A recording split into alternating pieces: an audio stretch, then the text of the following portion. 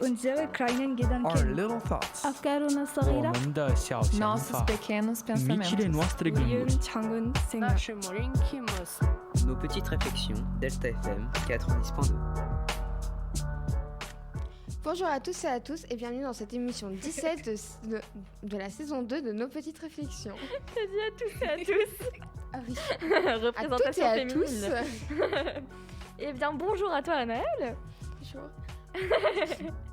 Et Luna, on t'attend en fait. Hein. Bah c'est moi. Bah Mais oui, le programme. Bah, vas-y. Bah c'est toi. Ah d'accord. Bah je sais Ah pas. mais oui, je suis bête. Ah, mais oui, on n'a pas C'est écrit. pas le moi qui... programme. Alors, au programme, on va voir la météo en Allemagne.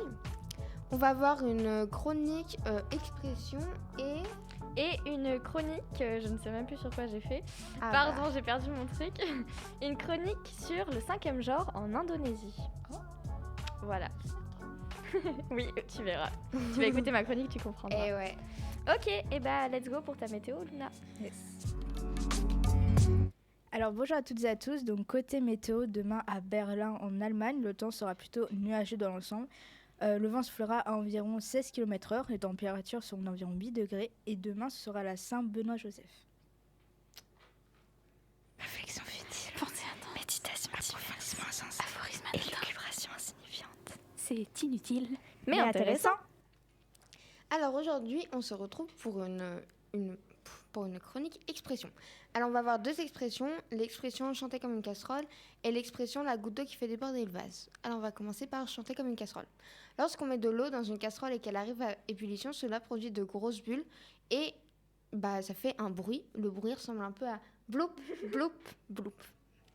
Et donc cela pourrait faire penser à une mauvaise chanson, d'où l'expression chanter comme une casserole pour quelqu'un qui ne sait vraiment pas chanter. Et ensuite, la deuxième expression, c'est une expression apparue au 19e siècle. Il s'agit d'une métaphore où le contenu d'un réservoir presque plein déborde à cause d'une goutte de trop. On comprend l'allusion faite à la parole de trop qui pourrait engendrer une explosion de colère. Et maintenant, je vous laisse avec Phil de Célassou Pile. de Célassou sur Delta FM 90.2.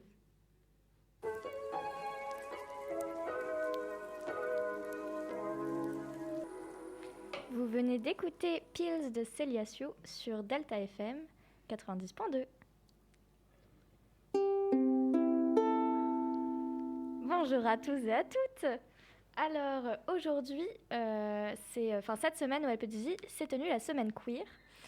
Donc c'est pour ça que c'est l'occasion parfaite pour vous parler du peuple Bugis en Indonésie.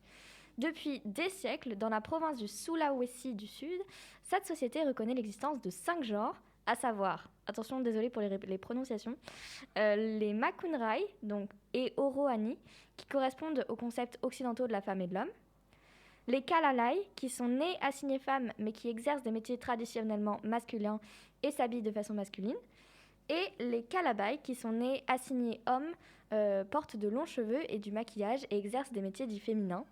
Alors les Kalalai et Kalabai se rapprocheraient donc plus des personnes transgenres dans les sociétés occidentales, mais on ne peut pas non plus vraiment les considérer comme transgenres car elles ne transitionnent pas d'un genre à l'autre. En effet, elles n'ont pas le concept d'être nées dans le mauvais corps. Une anthropologue, Davis, explique que les Kalabai, par exemple, ne se font pas simplement passer pour des femmes, mais ont leur propre comportement féminin qui serait mal vu chez les femmes Makunrai, comme porter des mini-jupes, fumer ou agir de manière plus sexualisée. Et enfin, il y a ce fameux 5e genre qui est appelé le bissou, je ne sais pas comment on prononce ça. Mais la plupart sont nés intersexes, mais ce terme va souvent au-delà de la biologie. Elles sont comme une combinaison des genres, représentant la totalité du spectre des genres, et on peut aussi dire un métagenre, donc du grec méta qui veut dire au-delà du genre. Il y a une dimension très spirituelle autour des bissous, et elles sont considérées comme des êtres sacrés qui ne sont pas à mi-chemin entre le masculin et le féminin, mais incarnent plutôt le pouvoir des deux à la fois. Elles sont ainsi perçues comme des intermédiaires entre les mondes et occupent un rôle de chaman dans la religion Bugis. Chacun de ces genres affiche leur identité à travers ce qu'elles portent. Les bissous, en particulier, arborent souvent des fleurs, un symbole traditionnellement féminin, mais portent aussi le poignard kéris associé aux hommes. Cependant, la communauté LGBTQ+, de cette culture unique au monde, est aujourd'hui menacée. Tintintin. En effet, dans les années 1950, un mouvement de rébellion islamique a voulu mettre en place un État islamique dans cette région du monde et une vague de violentes attaques a commencé contre la communauté LGBTQ+. Les bissus, notamment, ont été arrêtés, humiliés, torturés et forcés de se repentir.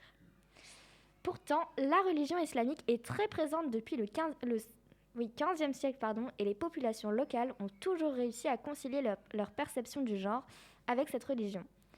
Même s'il arrive que des Kalalaï et Kalabaï ne soient pas toujours à l'aise avec leur sexualité et leur sens de l'identité, croyant que leur style de vie, qui peut inclure des relations homosexuelles, est un péché selon l'islam. Mais depuis le traumatisme qu'elles ont vécu, personne ne voulait devenir bissu par peur ou par honte. Aujourd'hui, la fierté d'être Kalabaï ou bissu est en train de revenir, et c'est la petite bonne nouvelle après ces traumatismes vécus. Ouais. Voilà, et j'ai trouvé ça très intéressant, et je sais que ça existe dans... Enfin, il y a d'autres communautés dans le monde qui ont pas forcément 5e genre, mais ce 3e genre, du moins, un intersexe en quelque sorte, mais plus... je sais pas, je voudrais pas te dire de bêtises, mais... C'est super que ce soit vraiment reconnu, genre que c'est un nom dans là, c'est clairement, depuis la nuit des temps, c'est trop ils ont ce 5e genre, et donc j'ai trouvé ça très intéressant. En avance que nous. Clairement. Voilà. Merci. C'était tout pour ma chronique, et j'ai une autre petite annonce à vous faire.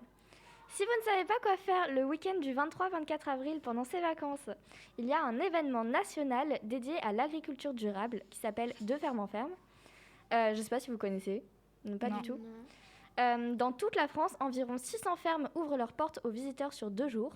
Le but, en savoir plus sur l'agriculture durable, une agriculture paysanne à taille humaine basée sur le respect des humains, le bien-être animal, la protection de l'environnement et de la biodiversité, avec des systèmes autonomes et résilients tout en allant à la rencontre des agriculteurs.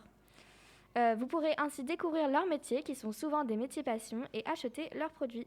Donc vente de légumes, de fruits, de viande, miel, graines, plants. En plus, comme ça, c'est une démarche locale qui va directement du producteur au consommateur sans passer par d'autres intermédiaires et ça, on adore.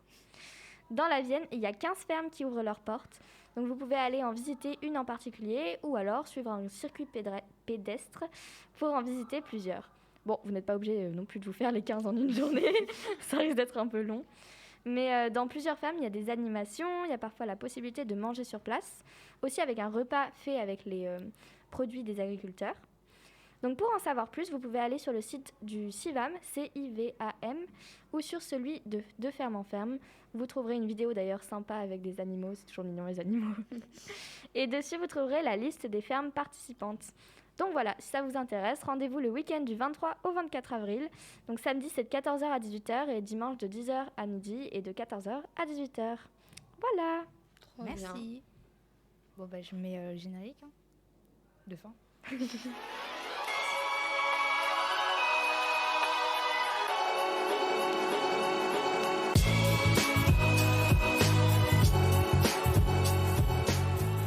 Voilà, fin de cette émission. On espère que ça vous aura plu et puis on se retrouve la semaine prochaine Ah bah non. non. Mais non. Vacances. Oh, je suis trop contente.